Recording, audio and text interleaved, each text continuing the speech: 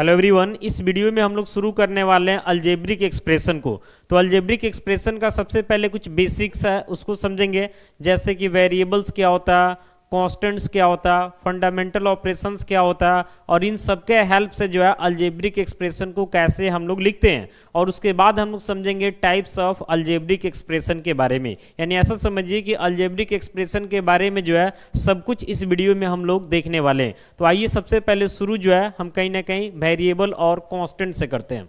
तो यहाँ पे पहले हम बात करते हैं कांस्टेंट के बारे में। सबसे पहले बात हम किसके बारे में करते हैं? कांस्टेंट के बारे में। तो अगर हम इसको डिफाइन करना चाहते हैं तो ऐसा लिख सकते हैं कि it is a symbol which has a fixed value. यानी यहाँ पे बात हो रहा है कांस्टेंट का। तो कांस्टेंट में आपको बताया जा रहा है कि कांस्टेंट जो है एक तरीका से एक सिंबल को इंडिकेट करता है। कैसा सिंबल? जिसका वैल्यू जो है क्या रहता है? फिक्स रहता है। जैसे मान लेते हैं हम लिख रहे हैं 3/4, तो एक तरीका से एक सिंबल है। हम लोग कुछ भी लिखते हैं तो उसको एक तरीके से सिंबल ही समझते हैं। तो इसका वैल्यू कहीं ना कहीं फिक्स है, कहीं भी बदल नहीं सकता। यहाँ पे हम 0 लिख रहे हैं, ये भी फिक्स है। -9 लिख रहे हैं, ये भी फिक्स है। यहाँ पे लिख रहे हैं 0.2, ये भी कहीं ना कहीं क्या फिक्स है। √2 लिख रहे हैं, ये भी फिक्स है। -3/11 लिख रहे हैं, ये भी फिक्स है। मतलब ऐसा समझिए कि किसी भी रियल नंबर को आप डाल दीजिए। जैसे यहाँ पे हम बात अगर कर रहे हैं कांस्टेंट का, किसका बात कर रहे हैं? कांस्टेंट का। तो कांस्टेंट का मतलब क्या होता है कि किसी भी रियल नंबर्स को आप डाल दीजिए, कहीं ना कहीं वो किसका काम करेगा? तो कांस्टेंट का काम करेगा। जैसे ये सब कुछ भी हम लिख रहे हैं सब एक तरीका से सिंबल है, और ऐसा सिंबल है जिसका वैल्यू कहीं ना कहीं क्या फिक्स है। इसलिए इन सबको हम लोग क्या बोलते हैं? कांस्टेंट बोलते हैं। यहाँ तक कोई दिक्कत नहीं है। आइए अब थोड़ा सा वेरिएबल को समझते हैं। कांस्टेंट हो गया, अब यहाँ पे हम समझते हैं किसको? वेरिएबल को। तो नाम से क्लियर है, वेरिएबल का मतलब क्या होता है कि जो वैरी करता हो। वैरी करने का मतलब क्या होता है? जो कांस्टेंट नहीं है, जो एक तरीका से अपने वैल्यू को बार बार कहीं ना कहीं बदलते रहता है। यानी अगर इसको हम डिफाइन करना चाहते हैं तो बोल सकते हैं कि इट इज ए सिंबल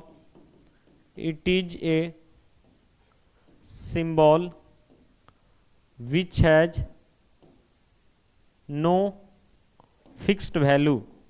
यानी इसका फिक्स वैल्यू नहीं होता। ये भी एक सिंबल ही है, लेकिन ऐसा सिंबल है जिसका वैल्यू जो है कहीं ना कहीं फिक्स नहीं रहता। इसलिए इसको हम लोग क्या बोलते हैं? वेरिएबल्स बोलते हैं। जैसे एग्जांपल देखिएगा तो जनरली हम लोग जो है जैसे ए हो गया, बी हो गया, सी हो गया एंड सो ऑन, XYZ, ये सब का यूज जो है कहीं ना कहीं हम लोग वेरिएबल्स के तौर पे करते हैं। हालांकि ज़्यादा पॉपुलर जो है XYZ ही है, लेकिन हम चाहें तो इन सब का यूज भी जो है कहीं ना कहीं वेरिएबल के तौर पे कर सकते हैं। बाकी जनरली देखा जाता है कि ABC को कांस्टेंट की तरह भी ट्रीट किया जाता है, लेकिन वहाँ पे दिखाना पड़ता है कि ABC आपका क्या है? कांस्टेंट है। यहाँ तो कोई दिक्कत नहीं है।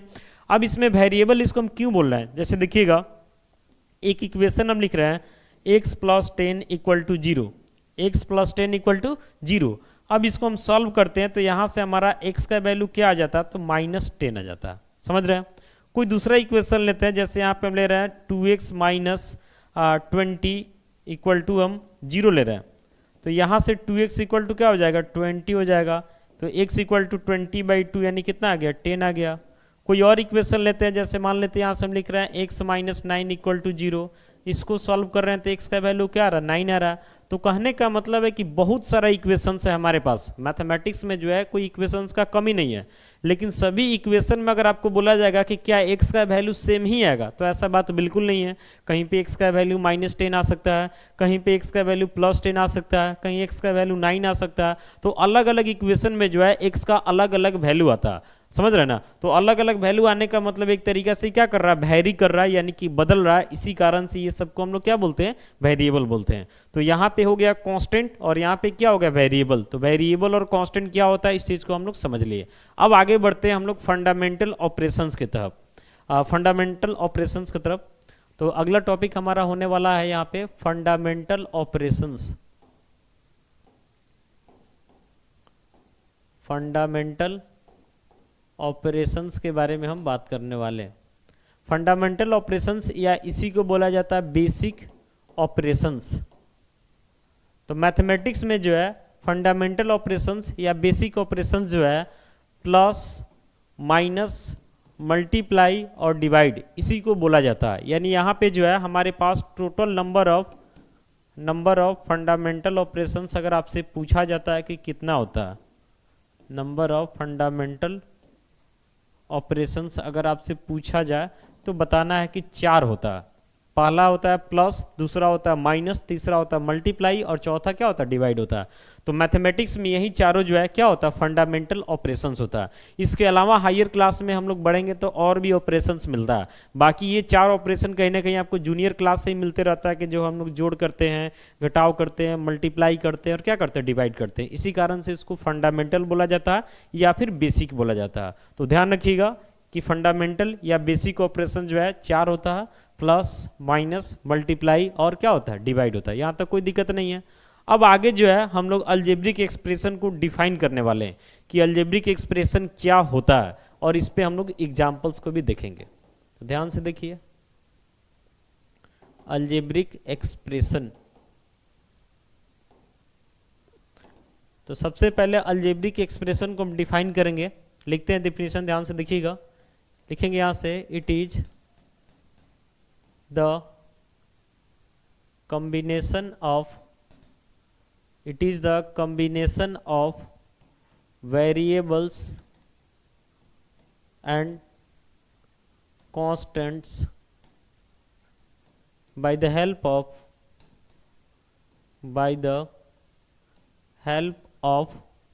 one or more fundamental operations is known as, नहीं इज नोन एज लिखने की जरूरत नहीं है क्योंकि हम शुरू में ही डिफिनीशन में इट इज लगा दिए। तो यहाँ से सीधे यहीं पर डिफिनीशन आपका कहीं ना कहीं खत्म हो जाता है। ध्यान से देखिए डिफिनीशन, अलजेब्रिक एक्सप्रेशन को यहाँ पे हम डिफाइन किए हुए हैं कि it is the combination of variables and constant by the help of one और मोर फंडामेंटल ऑपरेशंस। समझ रहे ना, यानी कहने का मतलब है कि अलजेब्रिक एक्सप्रेशन जो है एक तरीका से वेरिएबल्स और कांस्टेंट का क्या है, कॉम्बिनेशन है। और कॉम्बिनेशन करने के लिए कहीं ना कहीं हमको फंडामेंटल ऑपरेशंस का जरूरत पड़ता है। अब 4 फंडामेंटल ऑपरेशंस का जरूरत है, उसमें किसी एक का भी यूज कर सकते हैं और एक से अधिक का भी यूज कर सकते हैं। तो आइए एग्जाम्पल्स लेते हैं, ध्यान से देखिएगा। तो अलजेब्रिक एक्सप्रेशन का हम एग्जाम्पल लेते हैं। जैसे यहाँ पे हम लिख रहे हैं सीधे 2x से, मान लेते हैं हम लिख दिए 2x। तो 2 आपका क्या है, कॉन्स्टेंट है, x क्या है, वेरिएबल है। दोनों के बीच में इनटू छुपा हुआ है, यानी दोनों के बीच में एक फंडामेंटल ऑपरेशन छुटा हुआ, कौन, मल्टीप्लाई। तो ये भी हमारा क्या होगा, एक अलजेब्रिक एक्सप्रेशन हो जाएगा। कॉमा डालते हैं, अगला लिखते हैं। मान लेते हैं यहाँ पे हम x माइनस वाई लिख रहे हैं, ये भी अलजेब्रिक एक्सप्रेशन होगा। अब आप बोलिएगा कि इसमें कांस्टेंट नहीं है, तो ऐसा बात बिल्कुल नहीं है। देख रहे हैं यार, 1 तो इंटू में कहीं भी छुपा रहता है, कुछ भी नहीं रहेगा तो 1 तो वहीं जाएगा। तो कहने का मतलब है कि ये भी आपका क्या हो जाएगा, अलजेब्रिक एक्सप्रेशन हो जाएगा। मान लेते हैं यहाँ पे हम लिख रहे हैं 2x बाई वाई, तो ये भी अलजेब्रिक एक्सप्रेशन हो जाएगा। इसमें भी देख रहे हैं कि 2 और x के बीच में मल्टीप्लाई छुपा हुआ, 2x और y के बीच में डिवाइड छुपा हुआ, तो ये भी हमारा क्या हो जाएगा, अलजेब्रिक एक्सप्रेशन हो जाएगा। कहीं पे अकेले सीधे 10 लिख देते हैं, सिर्फ 10 लिख देते हैं, तो भी अलजेब्रिक एक्सप्रेशन होगा। पूछिएगा कैसे, तो इसको हम लिख सकते हैं 10 को 10 into x to the power क्या, 0। तो x तो आ ही गया, वेरिएबल आ गया, समझ रहे ना। तो इसको भी हम क्या बोल सकते हैं, अलजेब्रिक एक्सप्रेशन बोल सकते हैं। यहाँ पे हम लिख रहे हैं 2x square plus Y minus 10, तो ये भी हमारा क्या हो जाएगा, अलजेब्रिक एक्सप्रेशन हो जाएगा। अलजेब्रिक एक्सप्रेशन में कितना वेरिएबल है इसका कोई सीमा नहीं है, आप इसमें जितना वेरिएबल चाहे डाल सकते हैं, जितना कांस्टेंट चाहे डाल सकते हैं, पावर जो मर्जी करे सो डाल सकते हैं, इसमें कोई लिमिटेशंस नहीं होता। कुछ भी रैंडमली लिख दीजिए, जैसे यहाँ पे लिख रहे हैं square root of x plus 10y minus z, ये भी हमारा अलजेब्रिक एक्सप्रेशन हो जाएगा। इसमें कोई कंडीशन ही नहीं है कि कितना वेरिएबल लिया जाए, वेरिएबल का पावर क्या हो, ऐसा कुछ नहीं है इसमें। मान लेते हैं यहाँ पे हम लिख रहे हैं x का पावर 100 माइनस y का पावर 9 प्लस 10 xyz, ये भी हमारा अलजेब्रिक एक्सप्रेशन हो जाएगा। यहाँ से हम लिख रहे हैं a square plus 2ab minus b square, ये भी हमारा अलजेब्रिक एक्सप्रेशन हो जाएगा। मान लेते हैं यहाँ से लिख रहे हैं 10 बाई xyz प्लस 9y का पावर 10, तो ये भी हमारा अलजेब्रिक एक्सप्रेशन हो जाएगा। यहाँ लिख रहे हैं 10y minus x plus Z plus 9abc, तो ये भी हमारा क्या हो जाएगा, अलजेब्रिक एक्सप्रेशन हो जाएगा। तो इतना से तो आपको समझ में आ गया होगा कि इसको लिखने के लिए कुछ सोचने का जरूरत नहीं है, जो मर्जी करे वेरिएबल कांस्टेंट के साथ जहां जो मर्जी करे, जो पावर मर्जी करे आप लिख दीजिए, कहीं ना कहीं आपका अलजेब्रिक एक्सप्रेशन क्या हो जाएगा, तैयार हो जाएगा। कारण है कि डिफिनेशन में ही बोला है कि वेरिएबल और कांस्टेंट का जैसे मर्जी करे वैसे कॉम्बिनेशन कर दीजिए, आपका अलजेब्रिक एक्सप्रेशन तैयार हो जाएगा। तो अलजेब्रिक एक्सप्रेशन क्या होता है ये तो समझ गए। अब हम लोग बात करते हैं अलजेब्रिक एक्सप्रेशन में टर्म्स के बारे में। तो अलजेब्रिक एक्सप्रेशन का जो भी टर्म होता उसका बंटवारा जो है प्लस और माइनस से ही होता, मल्टीप्लाई और डिवाइड से ध्यान रखना है कि टर्म का बंटवारा नहीं होता। जैसे यहाँ पे पहला एग्जाम्पल हम दिए हैं, यहाँ पे आपसे पूछेंगे कि इसमें टर्म कितना है, तो सिर्फ एक टर्म है। इसमें पूछेंगे कितना टर्म है, तो x माइनस वाई, बीच में माइनस है यानी 2 टर्म हो जाएगा। यहाँ पे कितना टर्म है, तो एक, चूंकि डिवाइड है तो यहाँ पे बताएं कि मल्टीप्लाई और डिवाइड में टर्म नहीं बढ़ता। यहाँ पे आप देख रहे हैं तो यहाँ पे भी एक टर्म है, यहाँ पे आप देख रहे हैं तो कितना है, एक, ये पहला टर्म, ये दूसरा टर्म और ये तीसरा टर्म, तो यहाँ पे 3 टर्म हो जाता है। यहाँ पे भी जो है 1 2 3 यानी 3 टर्म हो जाता है, 1 2 3 3 हो जाता है, 1 2 3 यहाँ पे भी हो जाता है। यहाँ पे जो आपका पहला और ये क्या हो गया, दूसरा टर्म हो गया, पहला दूसरा तीसरा चौथा टर्म हो गया। यानी ध्यान रखना कि अलजेब्रिक एक्सप्रेशंस में जो है टर्म का बंटवारा सिर्फ प्लस और माइनस से होता है, मल्टीप्लाई और डिवाइड से इसका टर्म नहीं बढ़ता है। एक चीज और ध्यान रखिएगा कि मान लेते हैं कि कहीं पे आपको बोला जाता है कि अलजेब्रिक एक्सप्रेशन है 10x plus 9y minus 7x और पूछा जाता है कि इसमें बताइए नंबर ऑफ टर्म, तो ध्यान रखना है कि ई नहीं कि आंख बंद करके बोल दिए 1 2 3 टर्म, ऐसा बात बिल्कुल नहीं है। कारण है कि इसमें 2 लाइक टर्म दिख रहा है, एक 10x दिख रहा है, एक माइनस 7x दिख रहा है। तो पहले इसको हम सिंपलेस्ट करेंगे, तो लाइक टर्म में तो घटेगा, तो 10x से 7x घट जाएगा तो कितना हो जाएगा, तो 3x हो जाएगा प्लस 9y। अब हम बताएंगे कि इसमें कितना टर्म है, तो 2 टर्म है। सोचिए कि अगर ऐसा सिचुएशन नहीं रहता तो पता चलता कि कहीं पे 100x लिख रहे हैं तो अभी एक टर्म दिख रहा है। अब मान लेते इसको हम ऐसे कर दे, 10x कर दे प्लस 20x कर दे प्लस 70x कर दे, तीनों को जोड़िएगा तो 100x ही आएगा। तो क्या इसका मतलब 3 गो टर्म थोड़ा ही हो जाएगा। तो ध्यान रखना है कि अगर कहीं पे भी अलजेब्रिक एक्सप्रेशन में लाइक टर्म दिख रहा है, यानी एक जैसा टर्म दिख रहा, तो ऐड होने वाला तो ऐड कर लीजिए, सब्ट्रैक्ट होने वाला तो सब्ट्रैक्ट कर लीजिए। उसके बाद आपको बताना है कि इसमें नंबर ऑफ टर्म्स क्या है। क्योंकि जब भी हम लोग टर्म्स काउंट करते हैं तो ध्यान रखते हैं कि सारा टर्म कहीं ना कहीं क्या होना चाहिए, अनलाइक होना चाहिए। क्योंकि लाइक टर्म होगा तो पहले ऐड या सब्ट्रैक्ट जो भी होने वाला उसको कर लीजिए, उसके बाद टर्म का काउंटिंग करना है। यहाँ तो कोई दिक्कत नहीं है, आगे बढ़ते हैं। तो अगला टॉपिक है हमारा types of algebraic expressions. Types of algebraic expressions, types of algebraic expressions. तो इसमें सबसे पहले टाइप के बारे में बात करेंगे तो सबसे पहला आता है मोनोमियल। मोनोमियल आता है सबसे फर्स्ट में, इसके बाद आता है बाइनोमियल, बाइनोमियल, फिर आपका आता है ट्राइनोमियल, फिर आपका आता है क्वाड्रीनोमियल,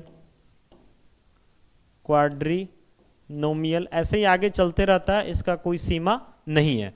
तो मोनोमियल का मतलब क्या होता है कि इसमें जो है नंबर ऑफ टर्म्स का बात हम करेंगे। मोनोमियल एक अलजेब्रिक एक्सप्रेशन है जिसमें नंबर ऑफ टर्म्स कितना होगा, तो सिर्फ एक होगा। अगर हम बाइनोमियल में बात करते हैं नंबर ऑफ टर्म्स के बारे में, तो बाइनोमियल में जो है नंबर ऑफ टर्म्स 2 हो जाएगा।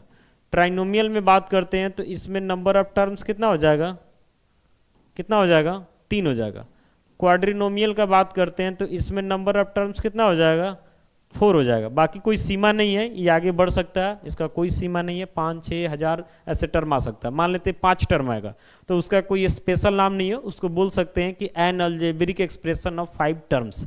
मान लेते 6 टर्म आता तो एन अलजेब्रिक एक्सप्रेशन सब क्या हो जाएगा, 6 टर्म्स हो जाएगा। तो आइए सबके बेसिस पे कुछ कुछ एग्जाम्पल्स को हम ले लेते हैं। तो सबसे पहले हम बात करते हैं किसका, मोनोमियल का।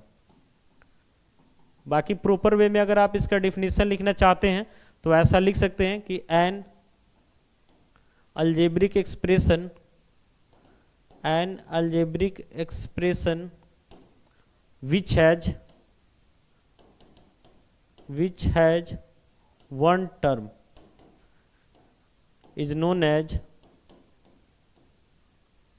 monomial, is known as क्या हो जाएगा, मोनोमियल। मोनोमियल का मतलब इसमें नंबर ऑफ टर्म एक ही होना चाहिए। एग्जाम्पल लेते हैं, जैसे यहाँ लिख रहे हैं हम 7x तो एक ही टर्म दिखाई दे रहा।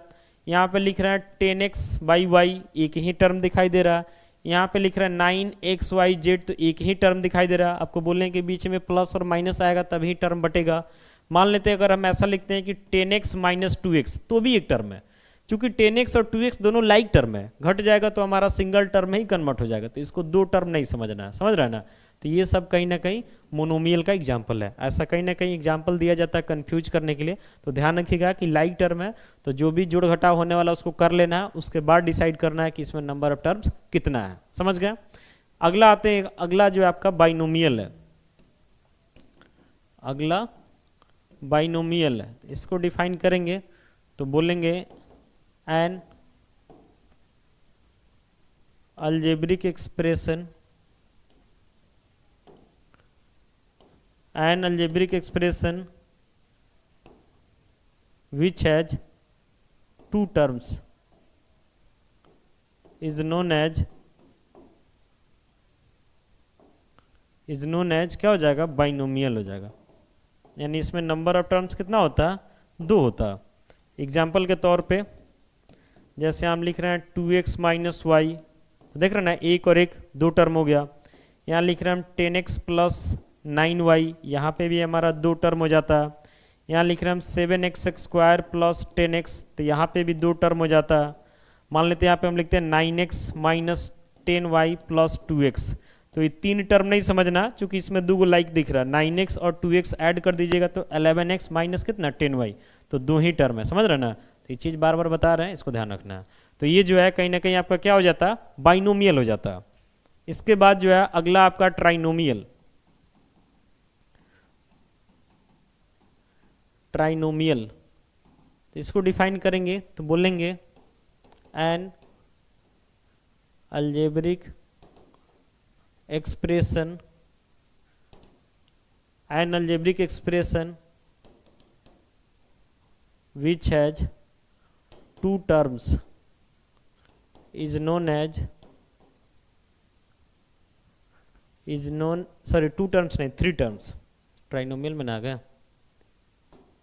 3 terms is known as trinomial. क्या हो जाएगा, ट्राइनोमियल, यानी इसमें 3 टर्म आ जाएगा।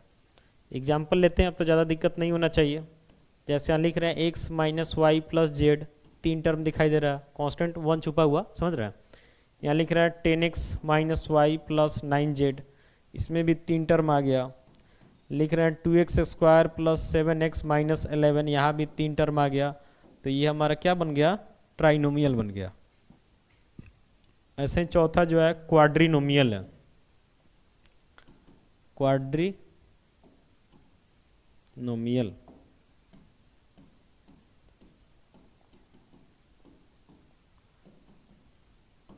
क्वाड्रिनोमियल है तो इसको डिफाइन करेंगे तो बोलेंगे N algebraic expression which has 4 terms, 4 terms is known as quadrinomial, is known as quadrinomial। यानी इसमें 4 टर्म होता है, समझिएगा कैसे।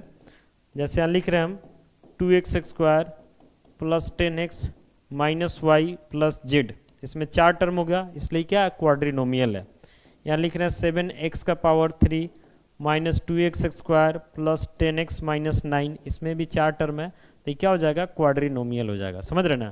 तो इस वीडियो में हम लोग समझें कि वेरिएबल्स क्या होता है, कांस्टेंट क्या होता है, फंडामेंटल ऑपरेशंस क्या होता है, फिर अलजेब्रिक एक्सप्रेशन क्या होता है, और साथ ही साथ टाइप्स ऑफ अलजेब्रिक एक्सप्रेशंस को भी हम लोग देखे हैं। उम्मीद करते हैं कि वीडियो आपके लिए यूजफुल होगा। बाकी आप कमेंट्स करके अपना सजेशन दे सकते हैं। मिलते हैं अगले वीडियो में, थैंक यू।